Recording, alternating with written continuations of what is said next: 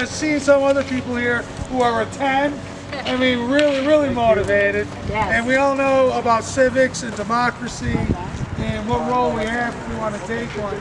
So today, we all know, or maybe you don't, do you know in Russia, today in Russia what the young people supposedly are doing? No. They're taking to the streets, peacefully protesting, Yes, today. demanding what we already have the right here to do, Right. which is to speak our mind, peacefully. Yes. So far. So far.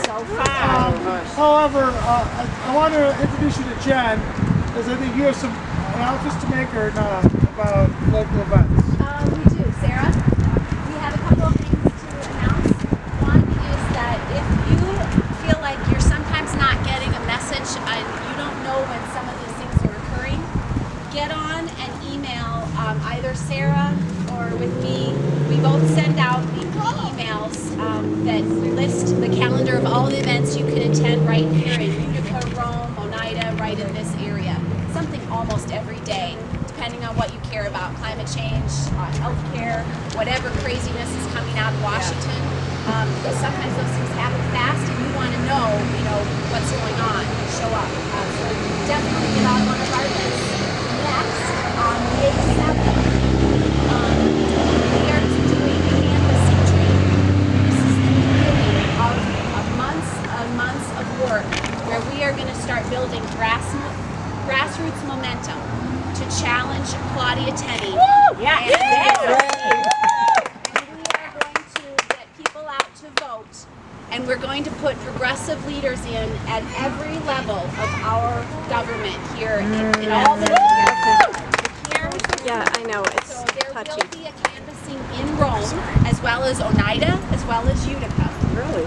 And Across the district, yes. West Portland and Binghamton as well. This is a district-wide event. Local 3-hour training where you're going to actually start going out and knocking on doors. Simple task on that first time. Talking to people about whether they're registered to vote and asking them to sign a petition for a town hall. Slowly, From Claudia Tenney. Okay? And so, what Let else? me capitalize that. So I'm leading that with Betsy Briggs of Herkimer. I met Betsy, she's amazing. But we were inspired. Betsy was inspired by what NY19 Votes was doing. They went out on March 12th on a Sunday, had 12 launch sites, and they had over 400 people. Just like you show up and say, like, we need to know how to learn, we need to learn how to knock on doors, we need to learn this so that we can, build up and have these skills. So we have this set for May 7th. This is a district-wide thing. NY19 and NY23 are also doing district-wide canvassing on the exact same day. So that's amazing.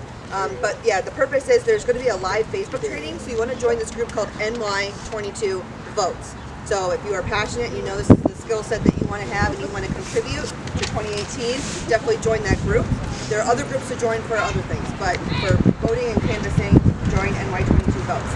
There's going to be a live Facebook training on May 2nd at 8 p.m. inside the group. So you just basically log into the event and then participate with everybody else. On the day you would go to your launch site, there'll be a refresher of the training. Most of it's already been covered. And then something you can train, and then you're going to go out in pairs. You're going to get your turf map of all the houses to go to. These are all friendly houses, so no Republicans and no conservative doors. Okay, so everybody else should be free friendly. You're going to get 30 to 40 houses, go with the friend, and we're going to make it really fun and stuff. If we get a certain amount of points, we're going to put a big pie in Betsy Briggs' face and get it recorded. So she's super excited about that. She hopes she gets a big pie in the face for it. So the other thing I want to say is check out CNY Citizen in Action's website. That's cnycia.org.